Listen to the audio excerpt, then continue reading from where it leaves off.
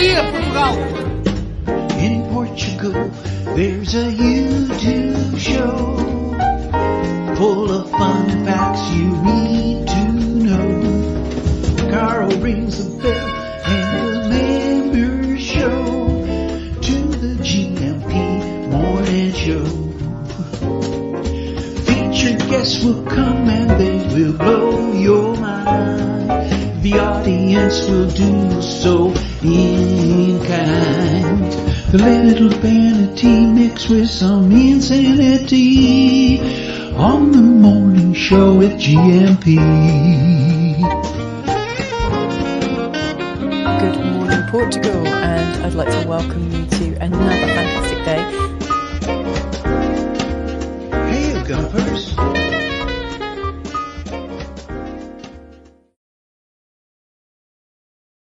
Hola, bon dia, alegria. Munson here with the Good Morning Portugal show, a live stream and a podcast. How are you this morning? Actually, an extra podcast. Just started a news and information channel. You know that we toy with the news here, reporting what's going on in Portugal in English here, of course, which is a mixed blessing, isn't it? I mean, sometimes it's just so depressing to be focusing too much on news coverage. And then sometimes we might miss something with our head in the sand, as it were. So I'm experimenting with a separate channel for those who find giving up an hour and a half of their day a little bit too much. Yeah, which I can completely understand. Shorter snippets of news and information. So there's an experiment with a new YouTube channel, or a repurposed one anyway. A new page on the website, and it's where the domain learnaboutportugal.com points at now. So a little bit of an experiment in the coming weeks just to see how that works. News snippets, information in smaller bite-sized chunks. And if you look at it, actually, I'll find it for you now. If you look at it online, you can play it like a radio station, and it's a little bit glitchy at the moment because I've got it all over social media as best I can. Yeah, if I share the with the latest Fertlings over at all the W's, goodmorningportugal.com, you will see this. So busy with this at the weekend. How was yours, by the way? Do let me know. I had a little bit of time to mess about with the website and build myself a little man cave, actually, which was good fun. I think I'll be doing a little bit of live streaming, podcasting, and recording from there in due course. But here at the top of the homepage at the moment, you'll see Portugal news and information. And there is a particular page on the website for it. There is a YouTube channel, a separate one, with the smaller chunks of news and information. There is a podcast which sends the podcast episodes out to all your favorite podcast platforms, destinations. And there's a Twitter page as well for anyone, or X, I should say, shouldn't it? Yeah, I still call it Twitter. Anyway, so if we click through to the homepage, there you can subscribe to all the platforms I've just mentioned there. And you can click through and discuss them in further detail at the Learn About Portugal private platform. But here you'll see, if you just click on, here's an oldie but goodie. I've reposted the interview I did with that Miguel Silva guy about Portuguese politics. That was April 2021, one of our first full-length interviews with somebody about Portuguese politics. That was the one, do you remember, where he revealed himself as a Shager guy? So that's called That Time I Spoke to the Shager Guy, which I've just said they're smaller bite-sized chunks for people who can't cope with it, an hour and a half. That happens to be an hour and a half, but all the rest, as you can see, are just a few minutes long. I just thought that was a really good little snapshot. But you can click on any of these here. Portugal Remains Golden. Some of the clips from the recent episodes, the Try Something Portuguese, the quiz questions, the thing about the Beatles the other day, Katia Lima's Portuguese cafe quiz. Quite a nice selection, a smorgasbord of little chunks of Good Morning Portugal goodness there, organic, free range, and highly nutritious for you. That is, if you're interested in news and information from Portugal. So I hope you enjoy that and find that useful. Very welcome. Your feedback is very welcome on what should and shouldn't be on there. So thank you for your indulgence there. Who's in this morning? It's Mindful Slug, who says, it's always a good reminder, isn't it? This is perennial, timeless. Bon dia. Bon dia, Gumpers. Feliz Segunda Todos. And his name of the week is his what is it? His name Shama. Shama de Samana is a mindful slug. Says breathe. Always a great reminder. Good morning to you, James. See you at 9 o'clock, of course. And at 9:30, we'll be joined by Vitor Costa, who's returned recently from Italy. Now, I know the three of us, as it turns out, have a love of Italy, so I'm sure we'll be talking about that at 9:30, and we'll be getting some mindful migration reflections from James at around 9 this morning. That's, of course, if I don't interrupt him too much, which I tend to do.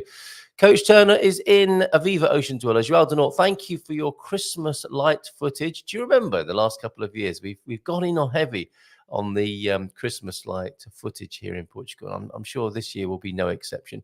And I think really that's the first of it, isn't it? You're kicking off the proceedings this year on the 20th of November. Do we wait? I think we'll have a little peeky preview of the lights at Viana do Castelo, which John and Pam very thoughtfully captured for us over the weekend. And then we'll start in earnest, as long as Ernest doesn't mind that. We'll start in earnest on the 1st of December, lighting up Christmas. Do you remember when we did that in the darkest days of the pandemic, when there was a suggestion that Christmas was going to be cancelled? We weren't having it. No. What is name? Nom. Is it Nom? I guess it is, isn't it? Nom de Semana would be your name. Oh, I've got to draw a complete blank on that. So what's name of the week for you, James? I'm sure that's a bit of homework you won't. Yeah, Chamomé. If you could let me know what name of the week would be, then I'll edit that back in later on. And so James is in, T-Duck is in. We'll see Vitor Costa at 9:30 this morning. Lawrence McCarthy, good morning to you. Great to have you here as well. Good morning, Larry. Suze is in. Joel Denort and Pam, thank you to John and Pam for their Christmas light footage from Viana do Castelo, which we'll share with you. What I won't do, though, is play the music that accompanies Pam's video for two reasons. One is I don't think we're ready for Mariah Carey, and two, it's going to get me struck off YouTube potentially. So I'll play the visuals and we can talk over those. You can send your comments in. I believe the lights at Caldas went on at 9 o'clock this last Saturday evening. So lights are being switched on all over Portugal. And I found my footage. I think it might have been 2018 or 2019 of the Coimbra lights going on. We are, of course, in Coimbra. And that'll be for our next Discovery Weekend, 9th and 10th of December. Now, if I take you back to the website for a moment, that's shaping up too. If you have a look at, further details to be confirmed. However, it's shaping up. We will arrive, the Gumpers who want to be in Coimbra and hang out for our 4th. And I think these are proving to be very successful for all sorts of reasons. It's a great opportunity for Gumpers to meet up. Friday the 8th, then, Drinky Poos from the early evening. I'm not sure if Frank will be there or not, but that's just a nice placeholder, isn't it, of me and Frank having a drink in San Martino de Porto a few months ago. Saturday the 9th, meeting up, usual template for these weekends, a brunchy meetup in the morning. Then there'll be a local activity. We'll wander away from the brunch venue and have a little look around Coimbra, and then there'll be some more filming. The Englishman, the Irishman, and as yet to be named person in Coimbra meet in the bar and have a chat. And you saw the teaser. It's over on the YouTube channel if you want to have a look and see what fun we've been having in Aroeira, in Tomar and San Martino de Porto most recently. There'll be another filming event to which you're cordially invited, and an evening gathering as well. Cameras, paparazzi-style cameras, movies and stills may be taken during all of these events on the Saturday. And then on the Sunday, this is really special. Philomena will be offering a city tour on foot. And there was going to be a Fado evening on the Sunday, but it looks like the Fado offering might be on the Saturday night, which will make it a bit easier for those who want to leave on the Sunday afternoon after a little wander around Coimbra.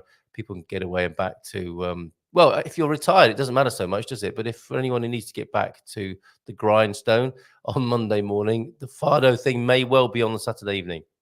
So keep an eye on this page, and I will put the details of... Oh, that's not right, is it? Have I just clicked away from the... let me just refresh that page so I can give you the link to it. Yeah. very straightforward anyway. Goodmorningportugal.com. Did I just really say .com? Goodmorningportugal.com/discover Portugal /Coimbra. And I'm popping that into the chat now. So for anybody who wants to join us, it'd be lovely to see you there. You're most welcome. It is kind of free rangey. It's not a tour. Philomena's a tour will be bookable, and it will be very well organized in the way that I'm generally not. I'm offering a template here, and you can choose which bits you want to do. And there are some various accommodation offerings there as well. The Stay Hotel, the Oslo Hotel, and Villagal. They are about 100, 200, and 300 euros for the 2 nights. So it's something for every pocket there. Unless your pockets are absolutely empty and they've just got buttons, old screws, and a cable tie in. But I think the Stay Hotel is pretty good value if you're looking for budget. And there are some really beautiful hotels, of course, in Coimbra, as you might expect as well, if you want to have a little bit of a treat. So Coimbra, 8th, 9th, and 10th of December. That's where the next Discovery weekend will be. And that's where the link is going into the chat now if you want to find out more details for that. Okay, a God Squad tip of the day coming up. Coach Turner was in at 7:55. Bom dia todos. E feliz segunda-feira. Child wrangling later, but first, coffee. And the God Squad tip of the day. Let's get straight into it. How was your weekend? Are you feeling creaky, leaky, sneaky, beaky, cheeky? What are you feeling after this last weekend? I had a fairly quiet one. Lovely to hang out with our virtual grandparents here. Actually, one set of our virtual grandparents, it has to be said. So many lovely Gumper grandparents for our kids over here. And we hung out with Mike and Dee yesterday and had a lovely walk in our own hometown along the railway track, across the railway track, picked up some hot roasted chestnuts, Mogusto style, walked along the beach, along the boardwalk, into the busier part of town. And the weather was lovely in San Martino de Porto yesterday. So lots of people were out. We needed to go to a shop which was closed. So we just wandered home again. Had a lovely afternoon, lovely brunch and afternoon. And yeah, building the man cave. And I can't even remember what I did on Saturday, but we took it easy. It was a nice, easygoing one. And God Squad tip of the day then. Quite a lot of walking. I say an easygoing one. I do a lot of walking these days. That's one habit that's changed since the shapeshift experiment. Definitely built that in as a habit. The gym has slipped away a little bit. I will be going to the gym today, but definitely more steps. That's become a habit. Better eating, less food, and more steps each day have definitely become embodied and habitualized. God Squad tip of the day, if you need more of that kind of information and support, as we looked last week at ways to motivate ourselves to exercise, I thought it might be useful to consider its benefits. The top of most people's lists is weight loss. However, as my little experiment in Madeira recently showed, says Coach Turner, unless you're doing a huge amount, it's unlikely to make a big difference. Yeah, that's so true, isn't it? It can be very disappointing to run and get into fly in the studio. It can be quite disappointing to be on the treadmill in the gym and you're running and sweating, and then you see how many calories you've burnt up. And it barely covers the pastel de nata and milky coffee you're about to have after the gym. Having said that, I was drinking rather too much wine every day in terms of calorific deficit, or not, as the case may be. And that gives a clue to successful weight loss. Exercise helps, but reducing the amount you eat and drink, alcohol, fruit juices, and anything sugary will be more effective. I do not have the electronic tennis racket in here. I'm going to have to go old school and try and kill it with my bare hands if it keeps, or slap it on my own forehead in just a moment. Or can I pick up something from the desk? My bare ruler might be quite useful, mightn't it? Ouch, for catching that little critter in the studio. Fear not, however, because exercise is absolutely essential for better long-term health. More tomorrow. That's more like it, isn't it? But we'll procrastinate that till tomorrow. That's a big relief for many people, Coach Turner, that we'll be talking about. We'll talk about that tomorrow.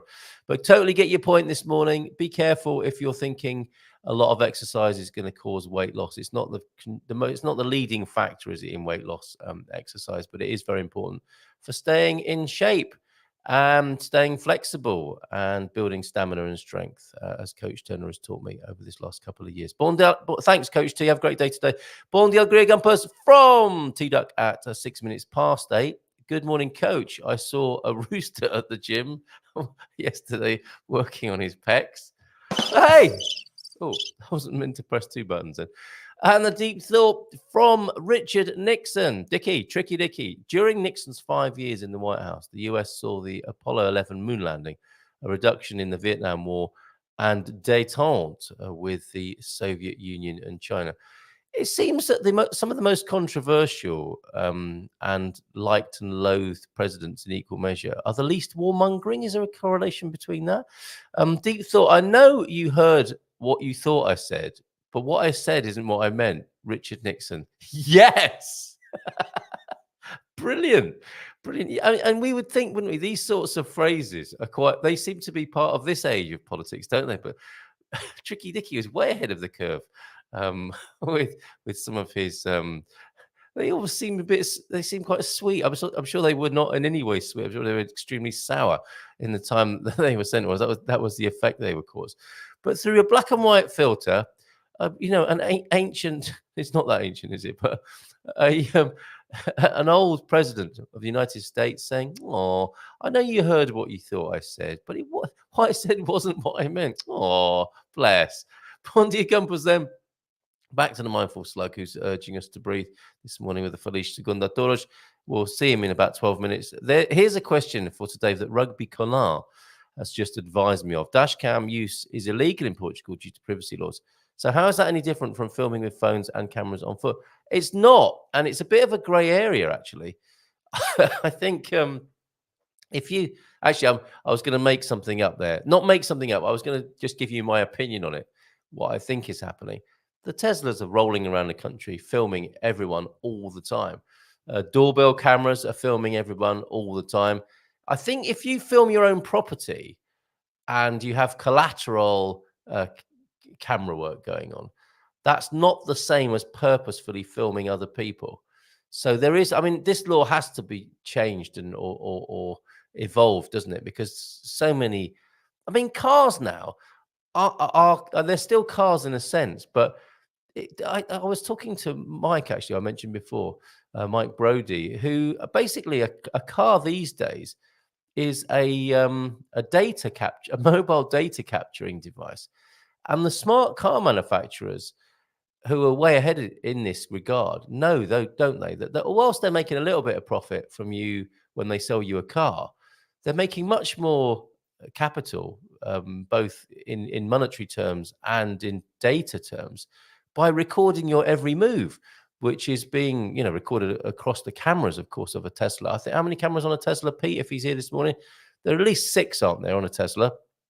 And that's recording everything and beaming it back to Tesla HQ. And they're not the only ones, are they? Any cloud-based car is constantly recording your movements, so to speak. And nobody likes having their movements recorded first thing in the morning or any other time of the day. And they are data capture devices, aren't they? And that must be so valuable to everybody who wants to know what you're doing so they can sell you even more stuff. So, yeah, that's all part of this law. Oh, here we go. The fly is on the forehead, of course, on the massive landing strip that is my forehead. How is that different from filming with phones and cameras on foot? I think the nuance, the defense, if you like. So I wasn't going to guess, but I am going to guess, and welcome your opinions on this in the chat as well. Is if you're filming something and you're not meaning to film people and you're not purposefully filming other people and third parties, that's less intrusive. It happens, doesn't it? If you're filming from your doorbell and people walk past, you haven't done it to try and film the person walking past, in the way that if you've got a camera rolling on your Tesla, you're not trying to film other people on the road. You're capturing data for your own purposes and security, and for Tesla's business model.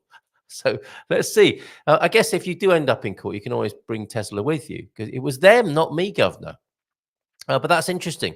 And we are going to have to get some advice on that. I think we'll talk to somebody at the ACP about that. Great question, Coach Turner. Thank you very much for that. And we're seeing Rugby Collar. We do have our first appointment with a car dealer on Thursday. And we're going to be in Caldas da Rainha doing that, where the Christmas lights have just been switched on, and where there's, of course, the magnificent flavors of India, which I've never been to, and I believe me and Colin are going there on Thursday, so looking forward to that. Good morning to you, Aviva. Great question, Coach Turner. Good morning to you, Aviva in Madeira. Feliz Segunda. Bon dia, y'all. I like James and Ian. Let me just have a quick sip of tea before it goes cold. Where else are you going to see live tea drinking on the internet first thing in the morning? Hola, bon dia, meus amigos from João de Norte. Cheers, John. Good morning to you.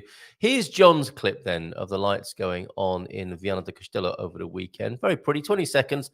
And we'll come back when we've got Vitor Costa, our man in the north, with us. We'll have a look at the longer version of the lights going on. But here's a 20-second burst of it.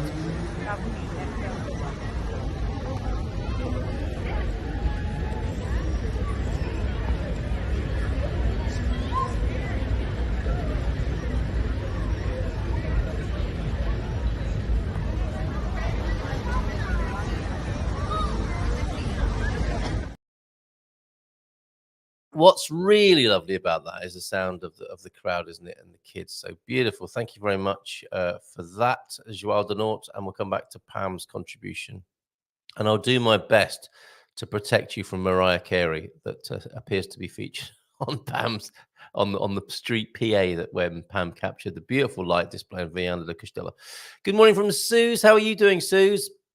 Getting out and about, I see, in central Portugal. And bon dia from Lawrence Larry, missing San Martino de Porto after here in the Algarve for 10 days, thinking we may change flight to US and come back to the wonderful people and storytellers. Are you going to be back by Wednesday?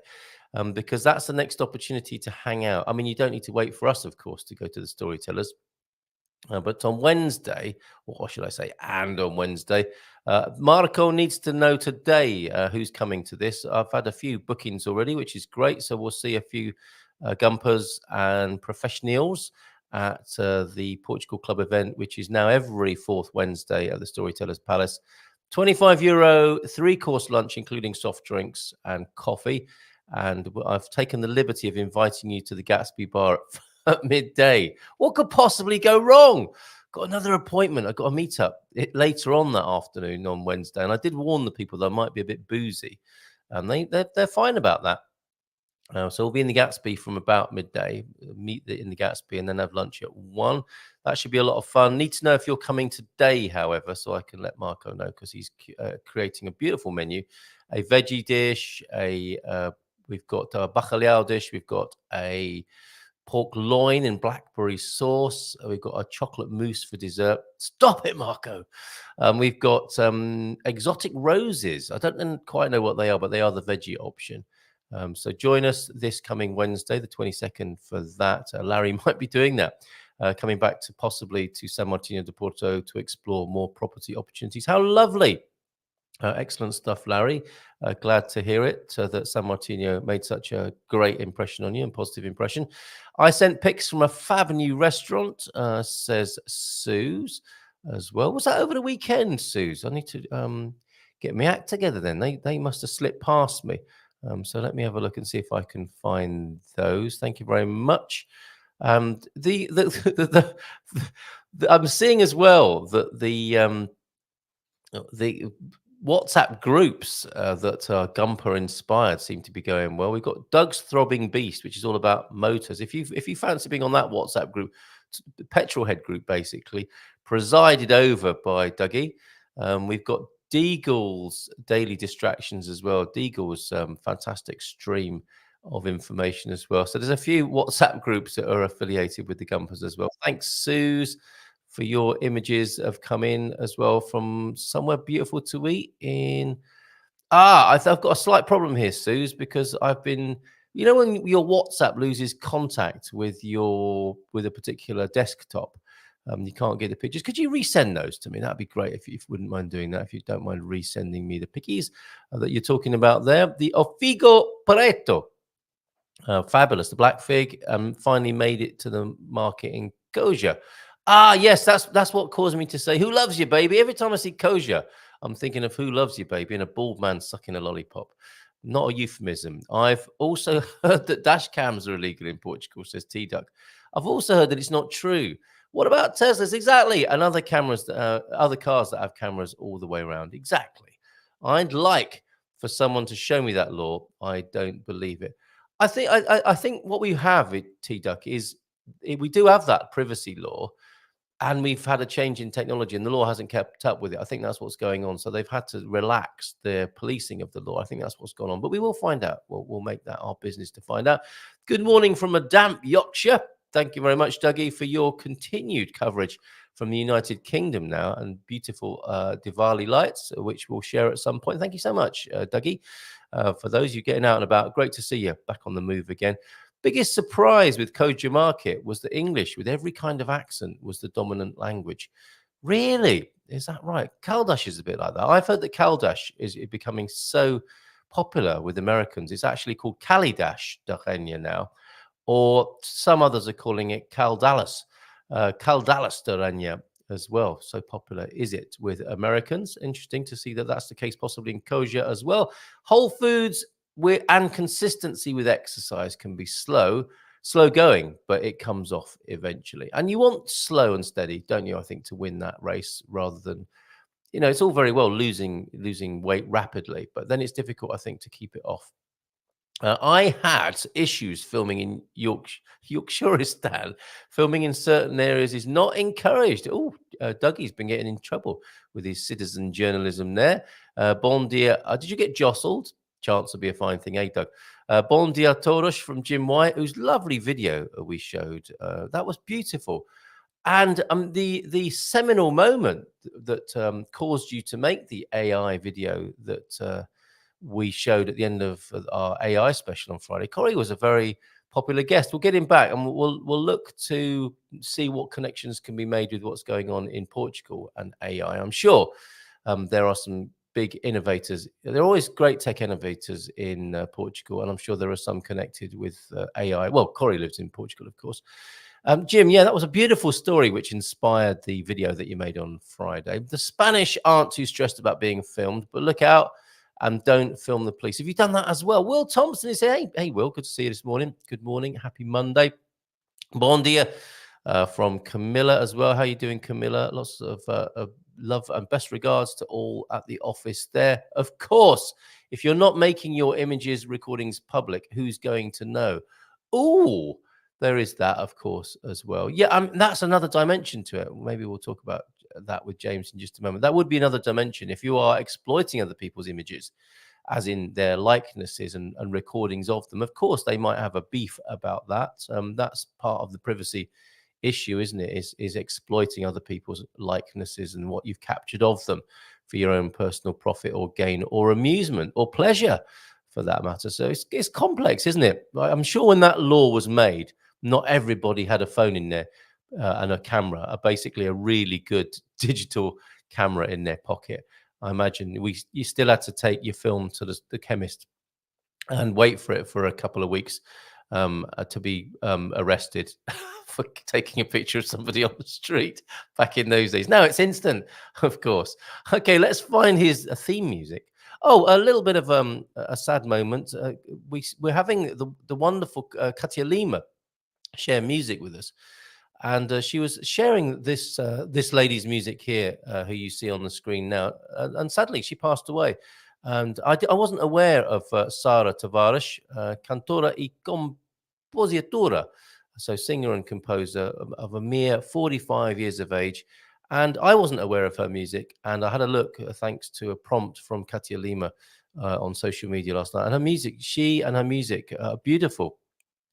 Sara Tavares, I urge you to have a listen. And tragic news that she's passed away just this weekend. So we can at least honor her by listening to and enjoying her music. Sara Tavares, rest in peace.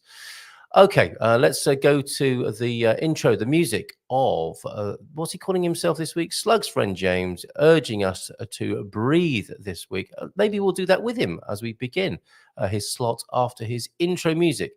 It's not, when you're a slug, it's not walk-on music. It's kind of, what is it? It's like your slime-in music. Here, hit it with the slime-in music for the banana slug.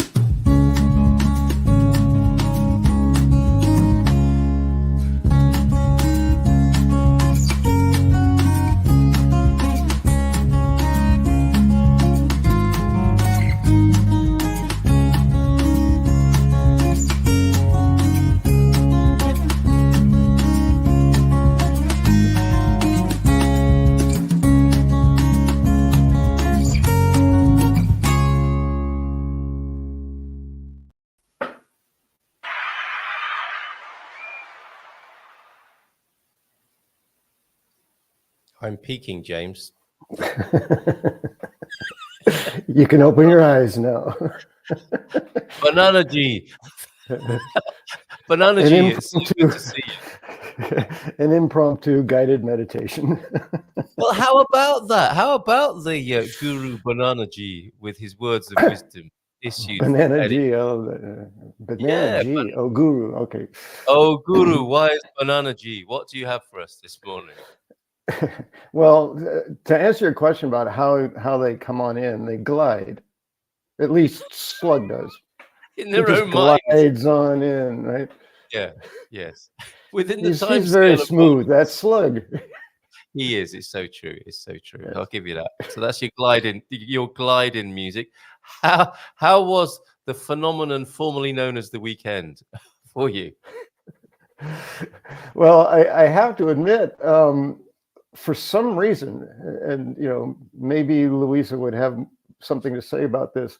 Last week was unusually difficult for me to know what day it was. It was just, it's like I kept thinking it was Friday when it was Thursday, or Saturday when it was Friday, and it just, my days were just kind of, I had to actually stop and look at a calendar to affirm, oh, this is the day we're in. So I don't know if that's good news or bad news. I'm probably neither, but it was unusual. I noticed it was like, this is the first time this has happened to me. So really, I thought that was quite a regular occurrence, James. So well, I seem to know what day it is. It's just that Saturday and Sunday doesn't demarcate some special holiday during the week. It's just another one of the 7 days that I named. Kind of like. Because you still have to kind of know like what's happening today. Yeah, it can help. Oh, I have an appointment with the doctor. What day was that? I don't remember. Oh well, whatever. Well. You definitely have to make a schedule, but I don't demarcate Saturday and Sunday as, ooh, now I can have these 2 amazing days. I'm just having amazing days every day. So yeah. No, it does make it a little more difficult to track.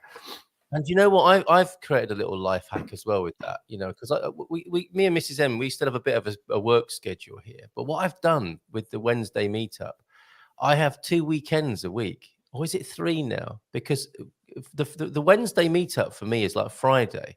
It's like after I've done the show on Friday, I'm getting ready after a bit of post-production and stuff to go to the meetup, which is just great social fun.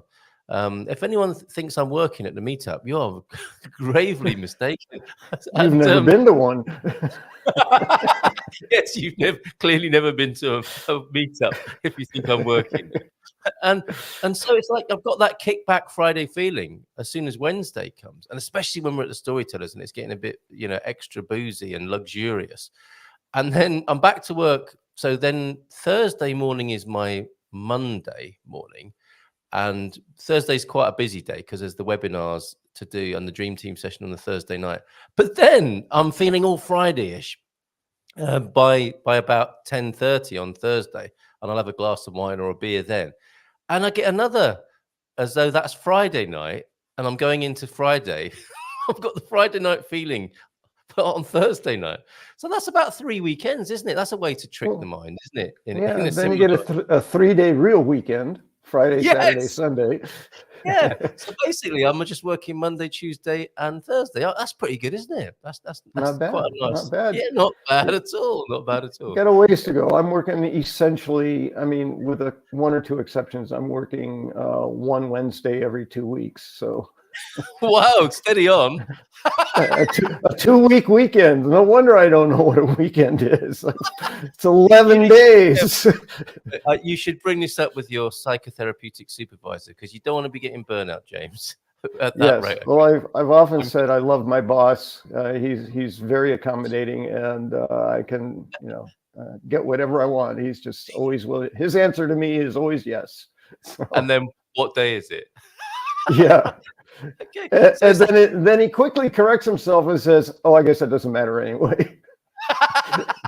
Yes. What day is it? Mindful Slug says breathe. Is there a particular reason why you're saying that? Do you think that's needed at this time in human history? Or are things a little bit tense? Are you feeling? No. I just because and YouTube seems to keep changing things. I used to change my name weekly because I am kind of a creature of routine. But then you couldn't change it every week. And it's like, well, how frequently can you change it? So I was waiting 2 weeks. And then at that point, I was forgetting to do it.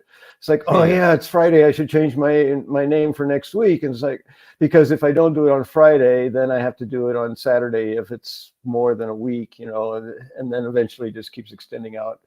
And that just rattles my organized brain. It says, no, can't do that. We need to do it. We need to have it scheduled so that we make sure we do it.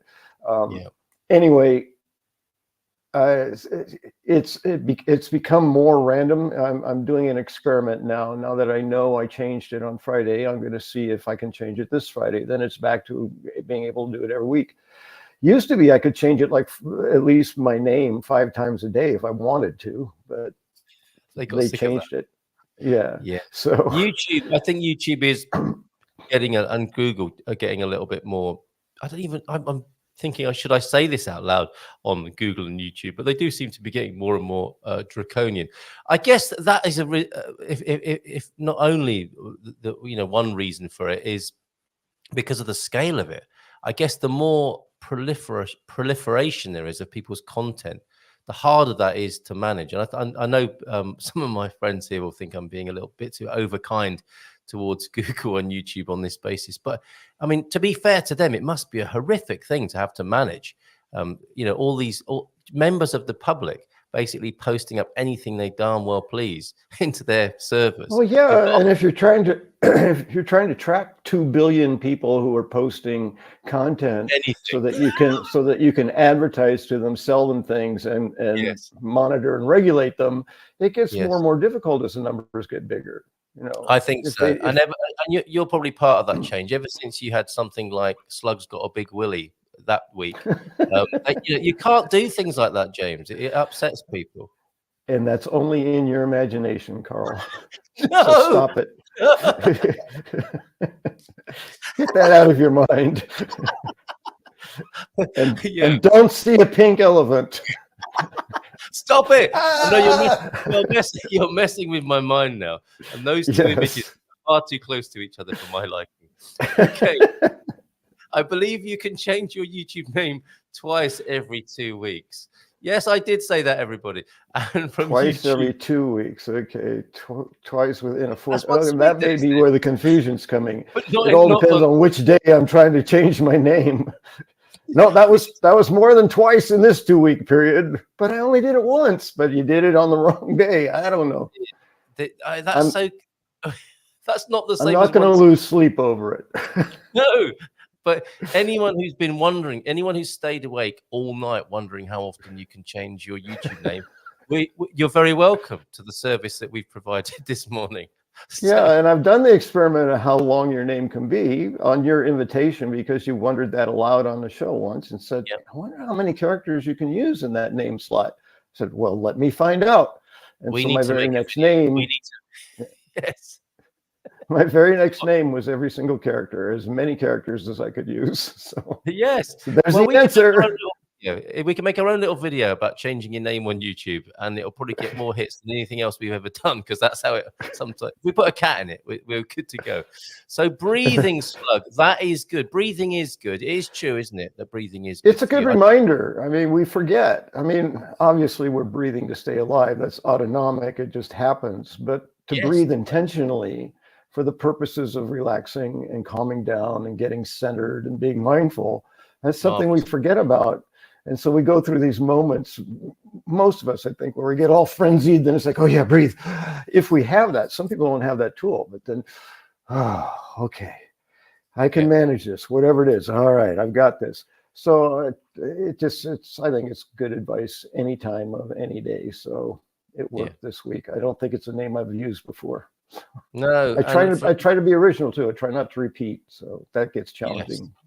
And another thing, we can get a little bit blasé and casual about things, can't we? And you'll see it, won't you? Like so much advice, I suppose, and things that you see during a day is like, yeah, that's definitely a good idea. And your rational mind says, yeah, I know it's a good idea to breathe, but then doesn't take that opportunity to actually do it, does it? Just like, yeah, Well, I know breathing. yes, that client, the attorney client I mentioned a week or two ago. Oh yeah, I don't have time for that. I'll be here now later. That's the mentality. Yes. So we would invite you this morning to actually do that. Why not to do a conscious breath now? One of my favorite phrases of the moment is, where are you right now?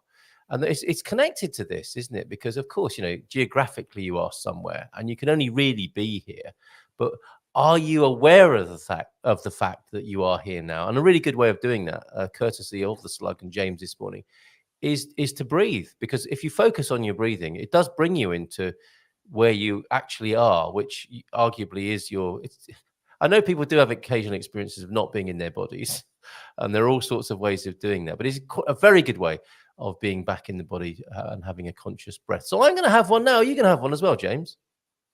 Sure, it's easy.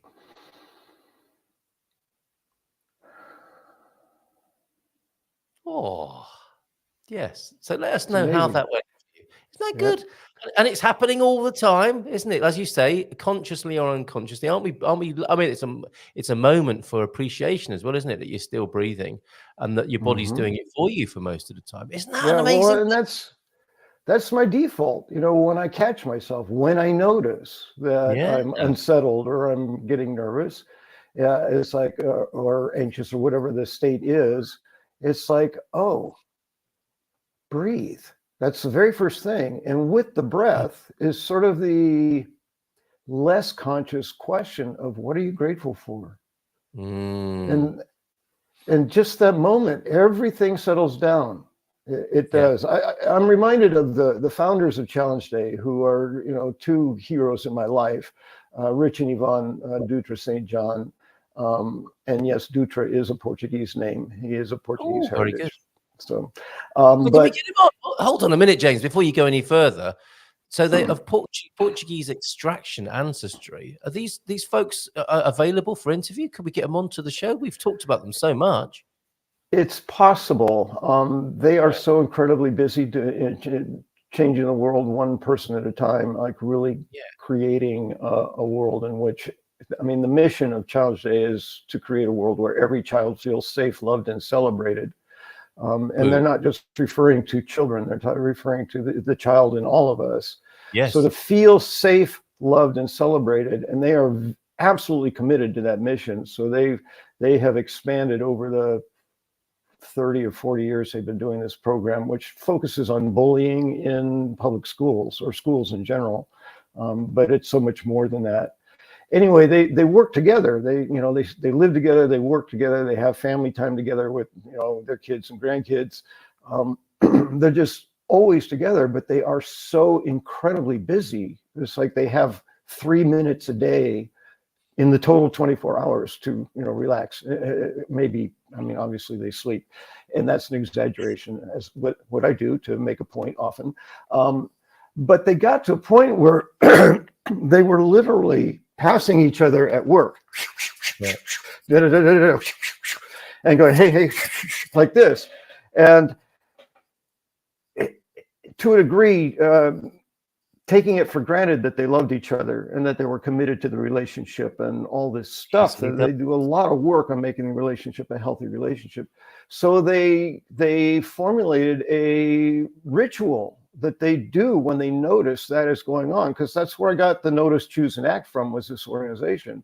It's like, oh, I'm noticing that Rich may be saying, I'm noticing I've seen Yvonne 15 times in the passing today, but I haven't stopped once to be with her. Yeah. And so when one of them catches themselves that way, in that moment, they just, take the shoulders or whatever, they stop, they look in their eyes and say, right here, right now. That's how they set it up. They face each other, look eye to eye contact, take a deep breath together, and then it takes, 15 seconds. but it Yes. makes a huge difference in their day because they've now landed with each other and seen and felt each other. And that's where breath is important. You know, whether it's in a relationship or work or any situation, taking a moment, as you said, to be here now, to get present in the moment and say, oh, I'm living a life that I love, and then carry on. Yes. You know, just remind yourself, this is why I'm doing what I'm doing. And if I'm doing what I'm doing and that's not why, maybe I should change what I'm doing. You know, it's that moment of awakening. Yes. And if that's all we managed to impart today, I'm satisfied. I might even take the rest of the day off because that's been brilliant. The beginning of another weekend on Monday. Yes, I've got that Friday feeling suddenly. No, you're absolutely right, and that's what we're up against in a way, isn't it? And this applies, of course, to migration or any area of life. Is that conscious, rational, conceptual mind that says, yeah, I know, and often I'll be here no later. And yes, exactly, and that thing, that faculty, has its uses, but also I think can stop us, or if we let it, from deeper access to the juice, marrow, and delight of life and joy of life as it's busily saying, yes, I'll be here now later. Those immortal words from that fantastic gentleman who we owe a debt to for sharing that with us, because it is a great teaching in its own right, isn't it? What he said to you. And, yes. and that moment, which we will urge people to do. We talked about glimmers. I don't know if you caught that the other day. The idea of glimmering is very beautiful. Recently learned about a term called a glimmer, which is essentially the opposite of a trigger. Glimmers are those micro moments in your day that make you feel joy, happiness, peace, or gratitude. Once you train your brain to be on the lookout for glimmers, the more they appear. Now, this can tie in with that, can't it? Taking a breath, having a pause, consciously connecting, and it can. Yeah, like well, you say, go on. In my mind, because my mind does this immediately, I said that doesn't quite align with the image for me, because a trigger is a part of a weapon, basically, that you pull a trigger and a bullet fires out, literally. So I struggled a little bit with that imagery with any kind of thing we're imagining. But if I stick with that, a trigger, I said a glimmer is not a trigger, it's the bullet. The trigger is the thing that happens. And then when you pull the trigger, what comes out? Is it something that's lethal, like a negative thought or hatred or whatever? Or is it a glimmer? So I got this almost a clown gun where you pull the trigger and it says bang. You know, it's not real. You know, so I'm triggered. What comes out? Poof! It's a glimmer. That's what comes out when I'm triggered, right? So trigger a glimmer to me it works better in my imagination. It doesn't make the other one wrong. It works better for me. Well, that's always useful. I do a lot of images. Yes, adapt it to what works for you. And I loved what you shared. So, we can also adapt and share that at the moment, of if you have someone else in your life who you can do that with, and you can do it in the mirror as well, can't you? You can catch sight of yourself or hold your own hand for a moment and say, I see you. And let's just have a moment. You can do it with a pet. You can do it with passers-by in the street. I mean, it's best to sort of give them a bit of context first, but this is something that is thoroughly recommended and endorsed by the Good Morning Portugal show, especially by these two hippies on the screen at the moment who are pondering this. Anything else that's occurred to you in this last 7 days, James, of mindful migration? What's on your list? I've been wanting to share an anecdote for about 3 weeks, and then every time something else is coming up, so we move on to that. But it's so in alignment with what we've been talking about. I really want to share it now. So much of my experience in Portugal is around language. For anyone who's here understands that, I believe. And I was having this moment with the Centro de Saúde in Ericeira.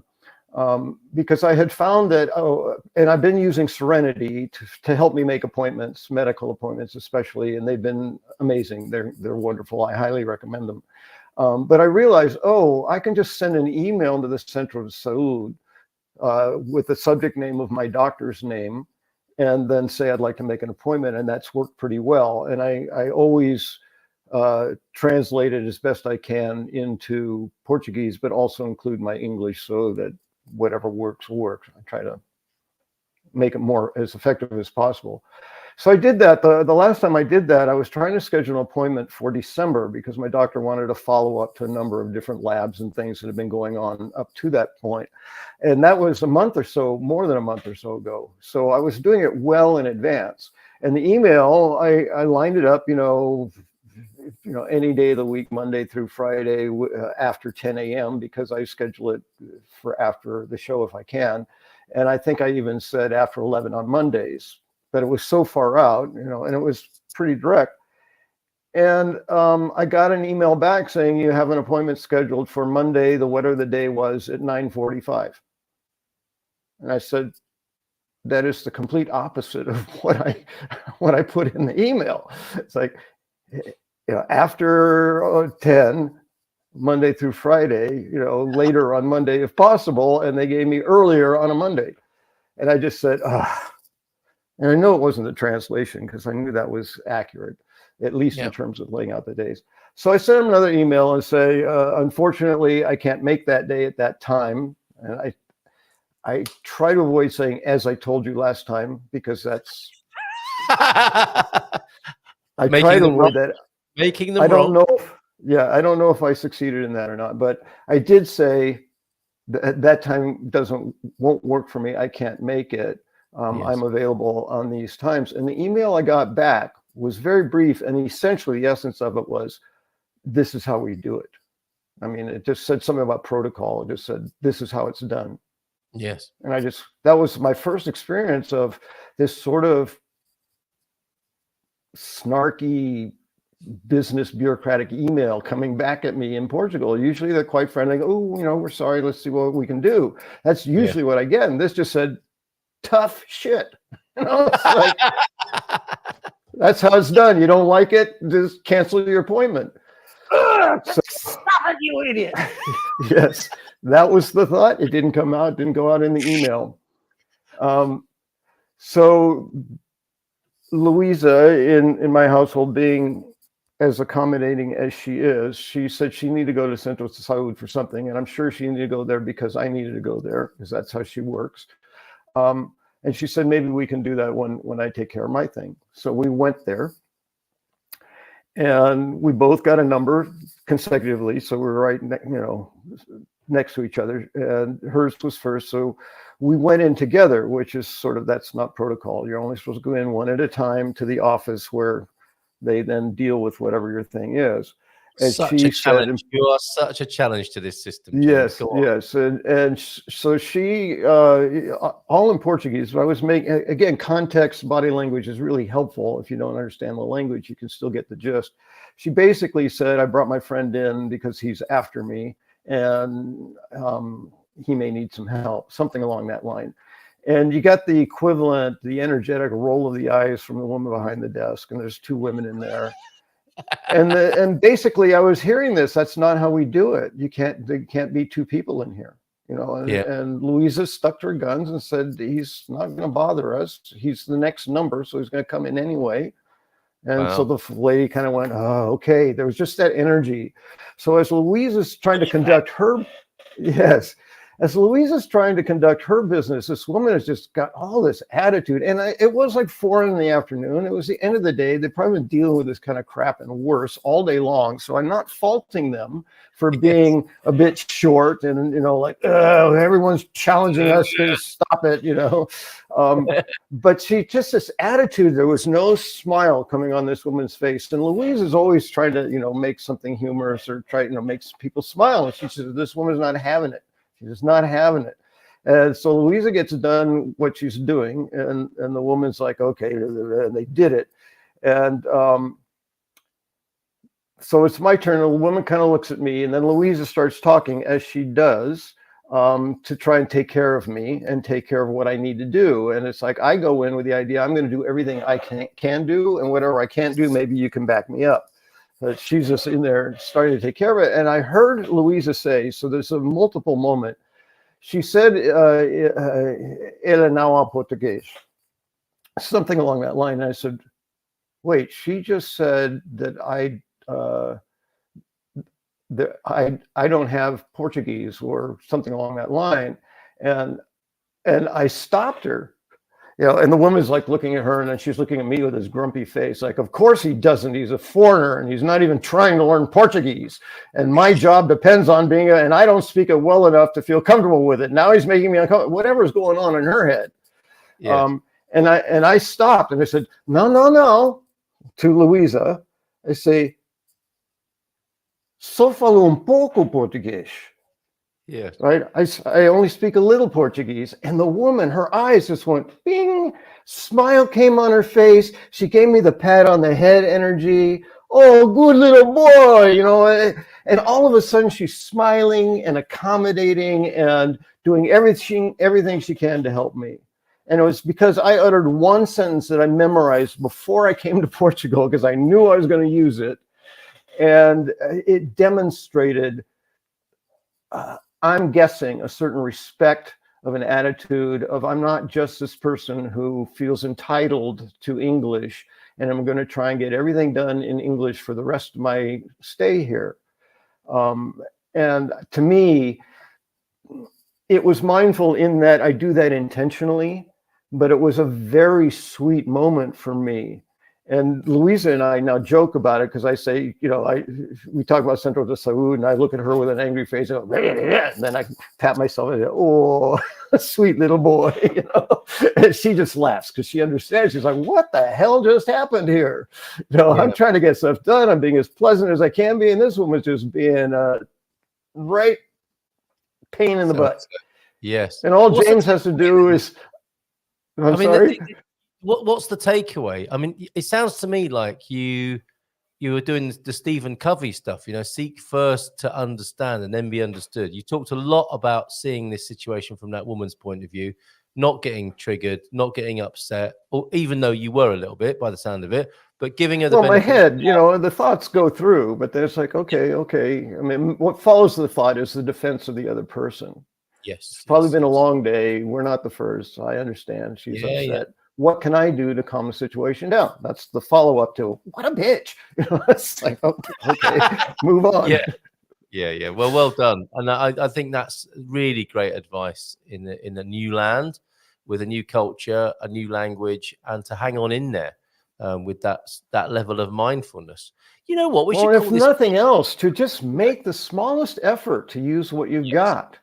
Yes, indeed. I had a similar situation yesterday, but my anecdotes go on and on, so I'll carry that on for another time. But it was a wonderful little moment in the pasteleria yesterday. Well, it is good advice. We may be able to squeeze that in. It sounds like my love life. Make the best use of the little you've got. I think that's great life advice, just generally speaking there. So let's bring on Vitor Costa, because we're going to change the subject. We may come back to you in your pasteleria, because they are golden moments, of course.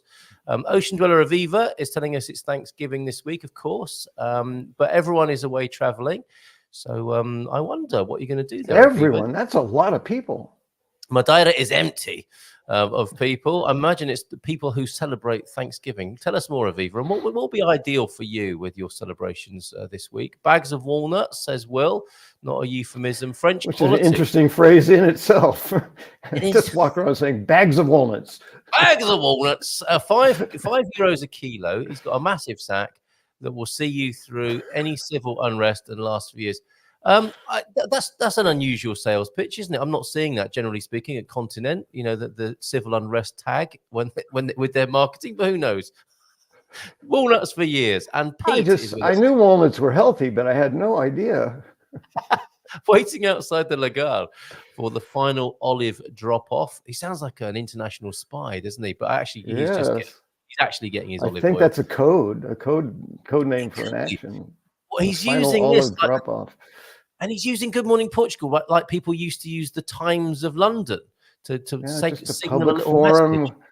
The people who know. Mm-hmm. Oh, I see. Okay, it's a minute over his scheduled time of arrival. Let's give him a nice big round of applause. Let's take away the frame from the screen so that we can all fit in and bring the legend. Hola, bon dia. Hola, bon dia, amigo. How are you? Do it away. I need better lighting. Well, yes, James and I. Can you take care of that, Carl? I can't do that. Well, I can recommend you take. If we go back to Sarah's advice, you picked up on the breathing advice earlier on. I don't know if it's the breathing that we've done that's making us glow like this, Vitor.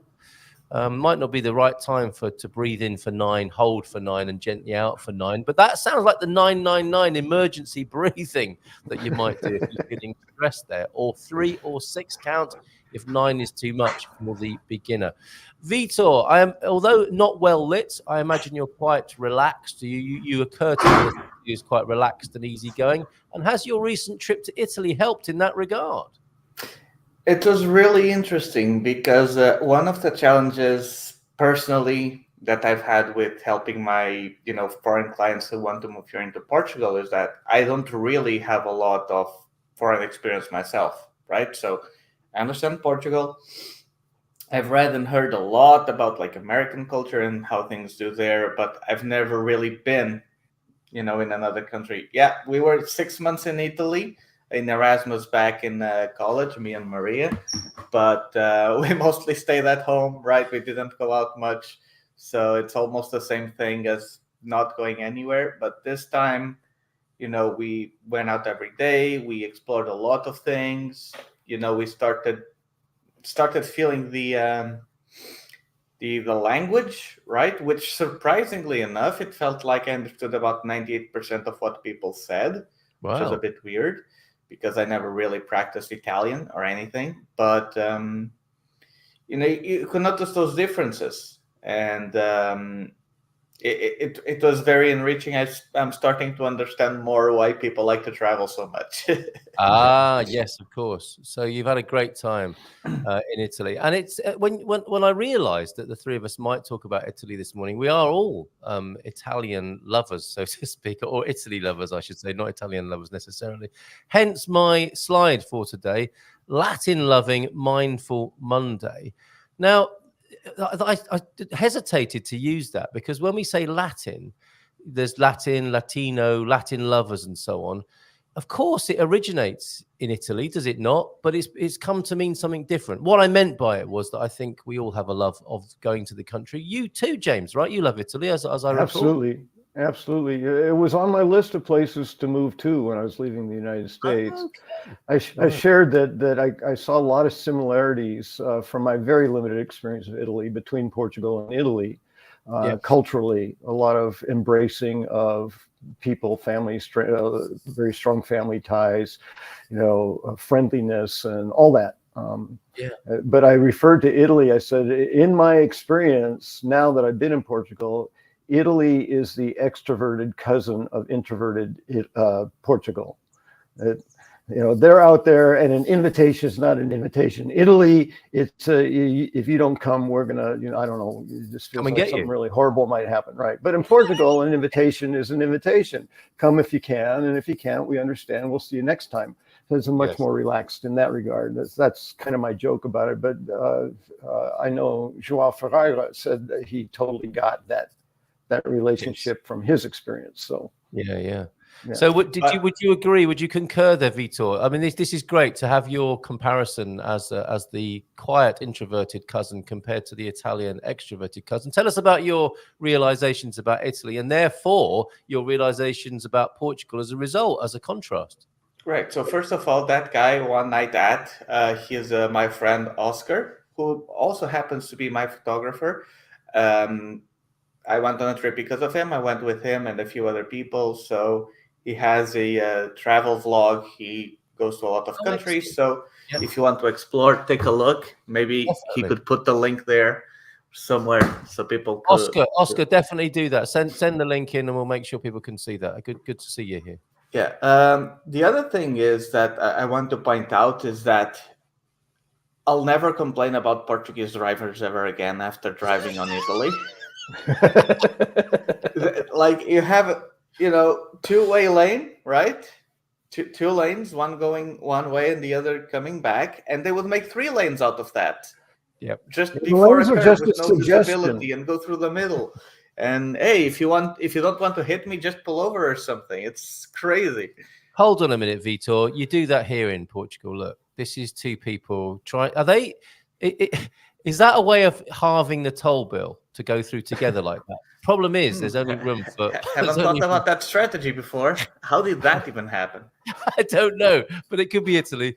It turns out it was Portugal. Yeah. I mean, that sounds almost the same as Italy, but yeah. As for introversion or extroversion, maybe I'm not the best person to comment on that, because while I was there, I grabbed my notebook and I wrote, or rather, I asked an Italian guy to write in Italian, and then I translated it in English and in Portuguese, and then had the next 4 pages filled with Italian signatures with a statement that said, in Italy, it's a crime to break the pasta. You know, people who break the spaghetti to boil it. Yeah. And then I would go up to random Italian people or chefs or waiters or whatever. Hey, excuse me, sei d'accordo? Do you agree with this? And they would read, yes. Okay, can I have a signature? And then they would sign it, and some would put extra comments on there. Excellent. So, Your own personal survey. In the car, but I'll make a video about it later.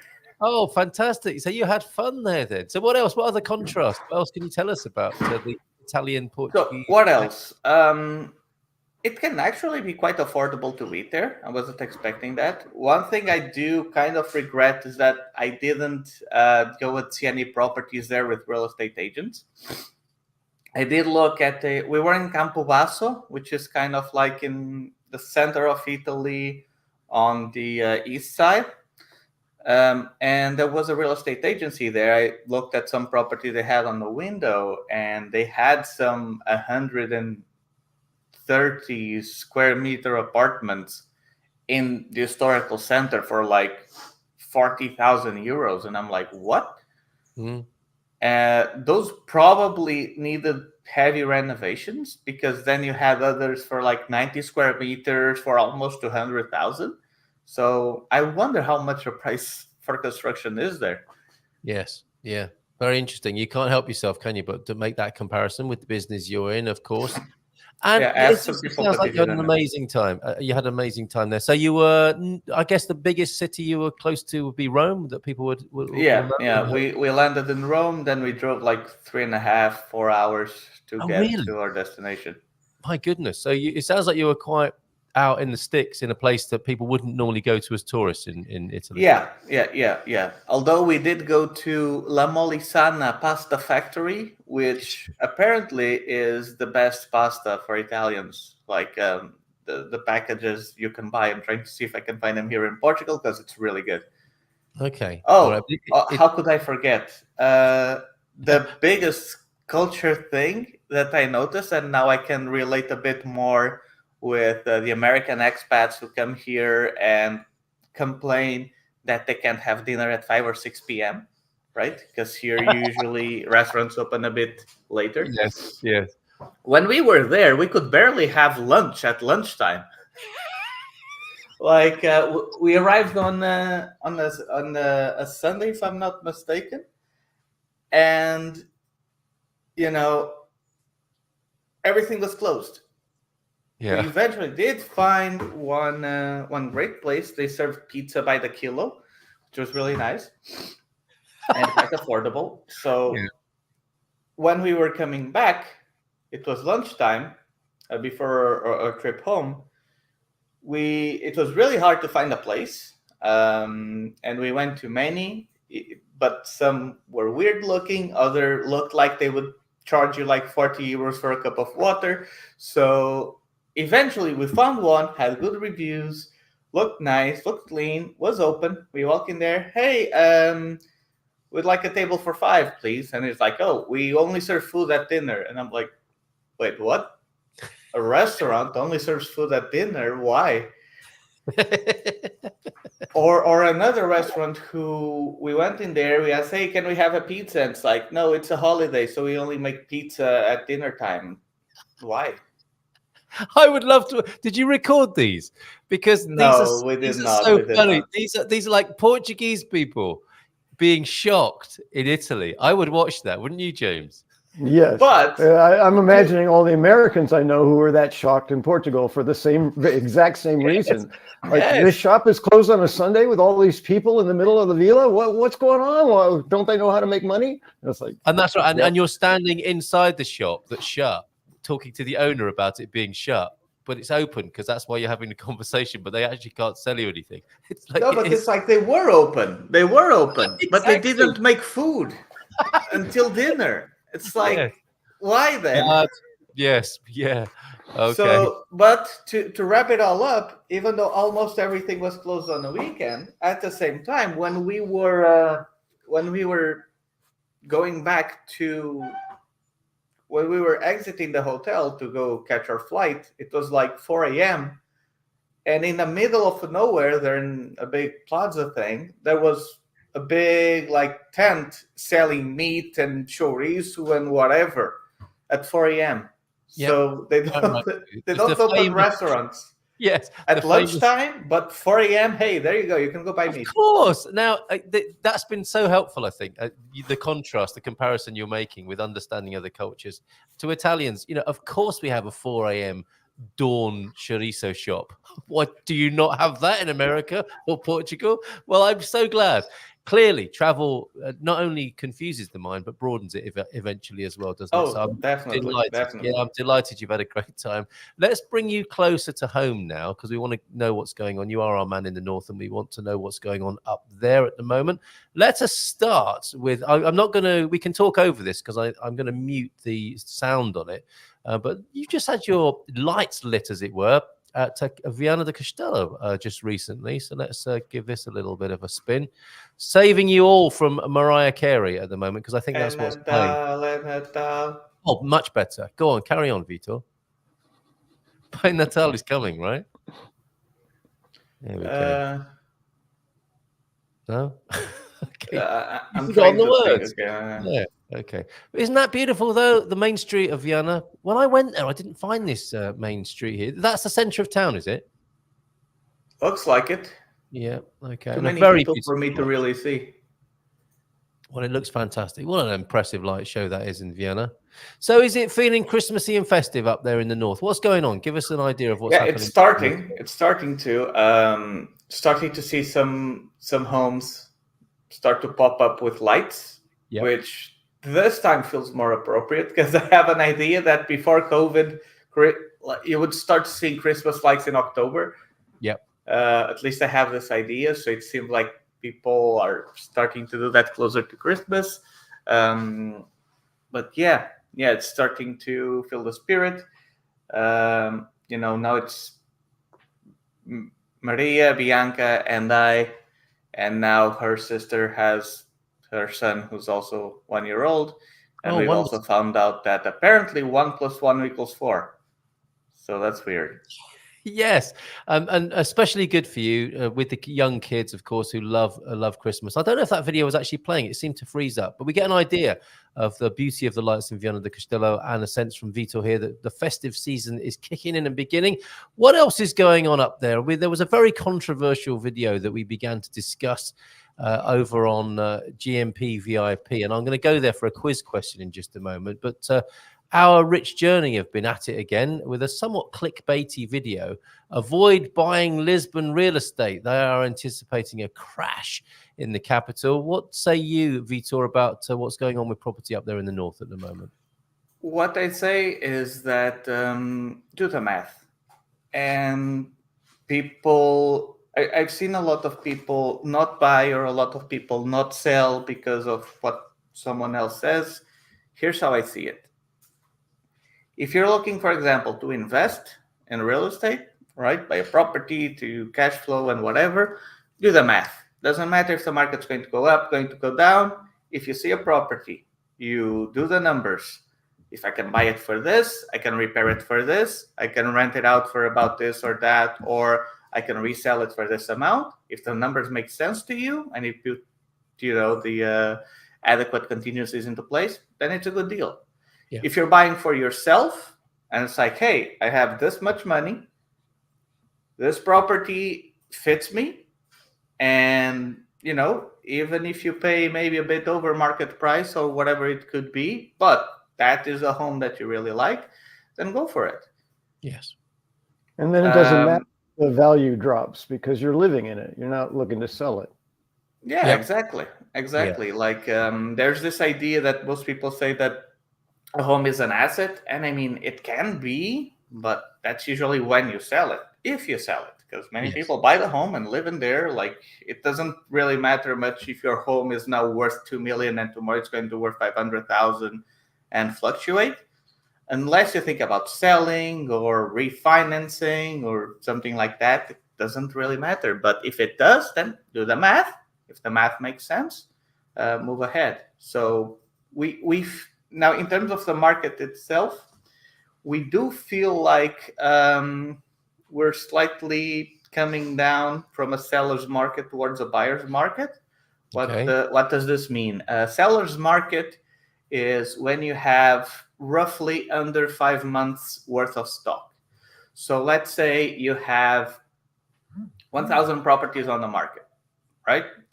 And per month, you're selling about 250.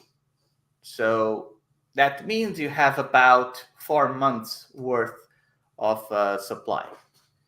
So as if you have under 5 months, that's usually called a seller's market, which means that properties tend to go for higher. You'll tend to have to compromise a bit more, pay a higher price to get the same property.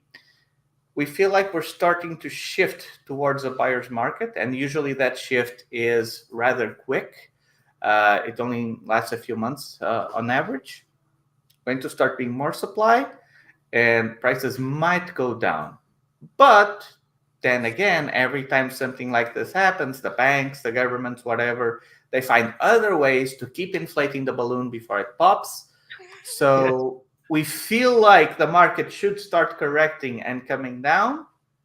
But at the same time, I won't be surprised if it doesn't, if it keeps inflating before it bursts. Yeah, that's a Portuguese thing, isn't it? And there is a very good discussion unfolding about the Our Rich Journey video, which on balance would seem to be a little bit clickbaity, and a lot of people are taking their ideas to task over there. Where we have a quiz question this morning that I'd like you both to answer as well. But thank you for that, Vitor. Just picking up on one little thread within there. Does that mean that there is more supply in the north of Portugal? Are there signs of more properties coming onto the market or newly renovated properties? Where is this supply coming from? Well, we do have a new listing and a few others that are going to pop up on the market. We don't have pictures yet because there hasn't been a really good weather. Otherwise, I would show you. But they're really nice properties. The one listing we already have signed is in Estorão, here close to Ponte de Lima. Very close to the natural lagoons, the park. Really nice place, going for close to 600,000. A 4-bedroom, really nice. I'll show you later. Now, in terms of properties itself, I mean, we've been noticing on our case in particular, it's been people who have struggled to sell their property, either they had with other agencies or whatever, and nothing really happened, or people who decided to sell their property, noticed that we had something different going on for us, contacted us, and working on there. So, but we still have to test it. It feels like that might start being a trend, that a lot of properties here don't really sell because, usually it's either the price is too high or the promotion and pictures and everything isn't too good, which is the most common thing. But people sell for many reasons. And right now, perhaps people are thinking they want to get moving with the sales. So there is more property movement and people being a bit more realistic about their pricing. Very interesting. Thank you. A bit of balance in Rich Journey's favor here. In all fairness, says T-Duck, the Rich Journey video was specific to Lisbon. Yeah, fair point, T-Duck, where there is a surplus of properties on the market and a lot of new construction in the pipeline, as you would expect in the capital. So thank you for that note of fairness there. A couple of things from Suze now. Before we ask you the quiz question and of course give you some dad jokes this morning. The Viana de Castelo lights look like a Van Gogh painting. Yes, Starry Night, says Joao de Nort. Definitely that one. And a little bit more talk then about Thanksgiving, which will lead us into the quiz question. The first Canadian Thanksgiving happened in 1578 near Newfoundland, and again in Quebec in 1606. The US first Thanksgiving was 1621. Was there a connection with flowing information traveling, you say there? And if you want to celebrate in kosher, more pictures from Sue's of this restaurant that she was mentioning earlier on. These are lovely pictures. How far is kosher from you, Vitor? It's some way away, isn't it? We were talking more central. How do you spell that? Koja, where you can see this menu there of this. Look at that, stuffed portobello mushroom with garlic mash. Yes, I would. Along with quite a number of other things on there. Wild boar in red wine and tomato sauce. Stop it, Suze, please. But look at this lovely venue. Oh, it seems like that is close to Coimbra. Oh, okay. So we're much further down into central here. And they are serving up some delicious looking food here in Corja. And look at that nice little tapas. 2 hours, 40 minutes. Oh, okay. So it's a long way down into central. And thank you, Suze. What a fine-looking plate. I need to tell you who these lovely folks are. That's if I... Or maybe Suze will do that for me because I've lost your... lost contact with your original WhatsApp message there, Suze. But if you could tell us one more time. Oh, Leon.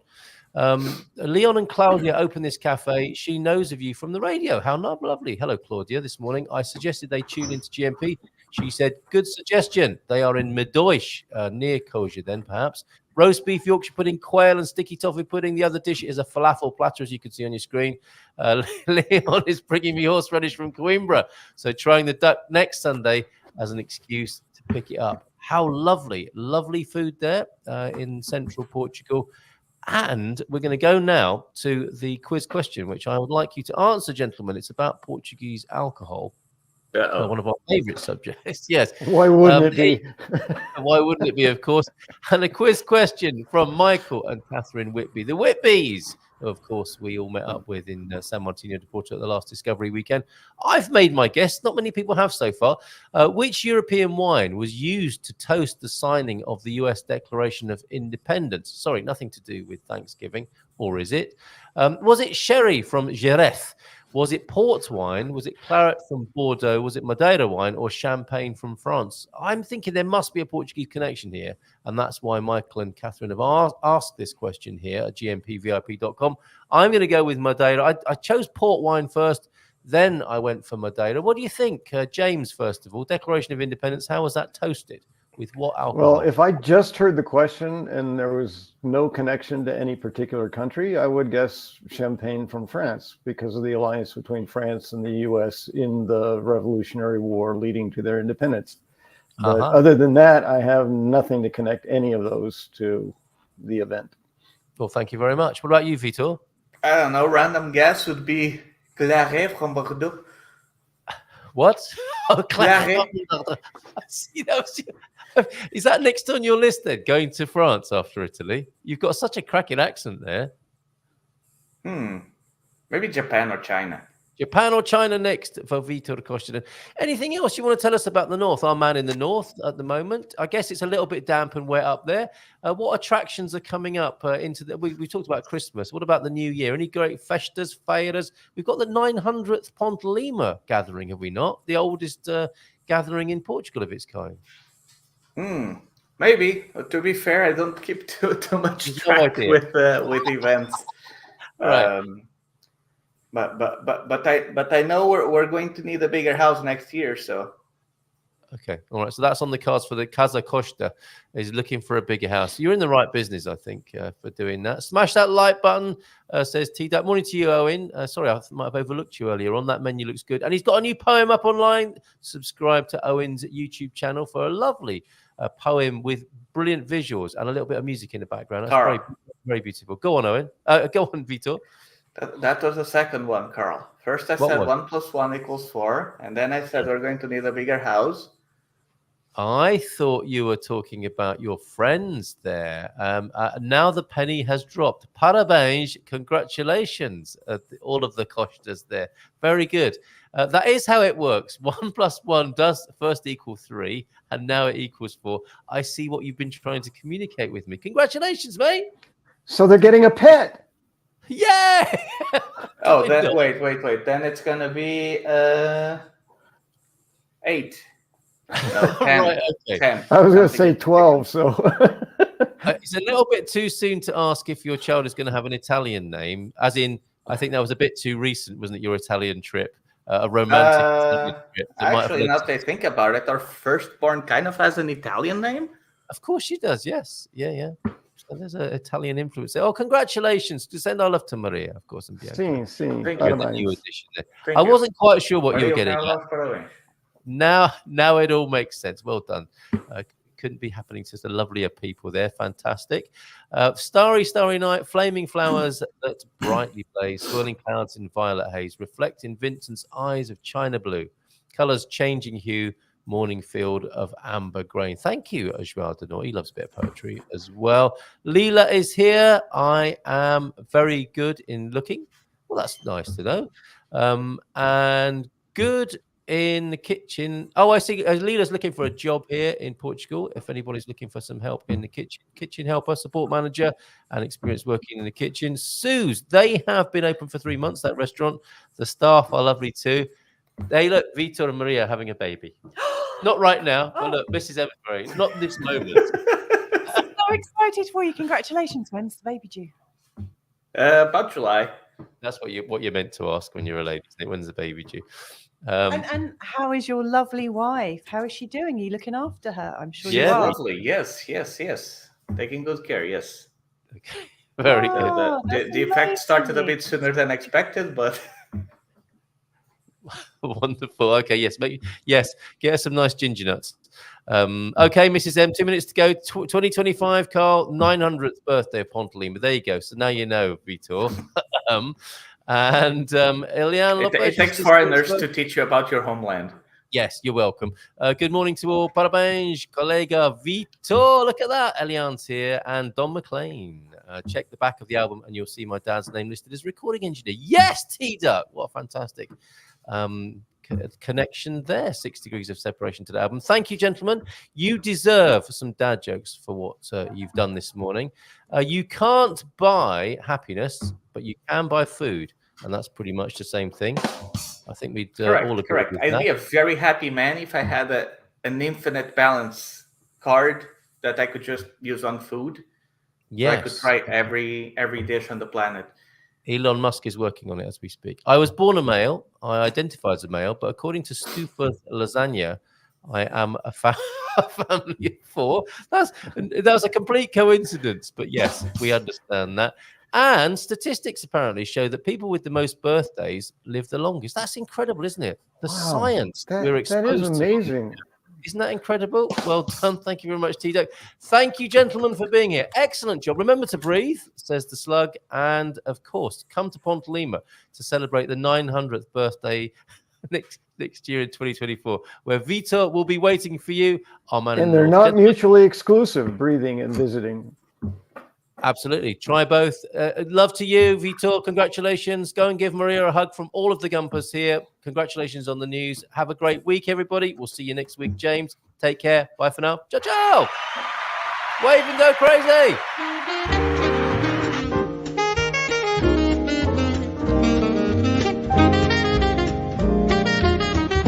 Bom dia, Portugal! In Portugal, there's a YouTube show full of fun facts you need to know. Carl rings the bell and the members show to the GMP morning show. Featured guests will come and they will blow your mind. The audience will do so in kind. The little vanity mixed with some insanity on the morning show with GMP. Good morning, Portugal, and I'd like to welcome you to another fantastic day. Hey, Gumpers.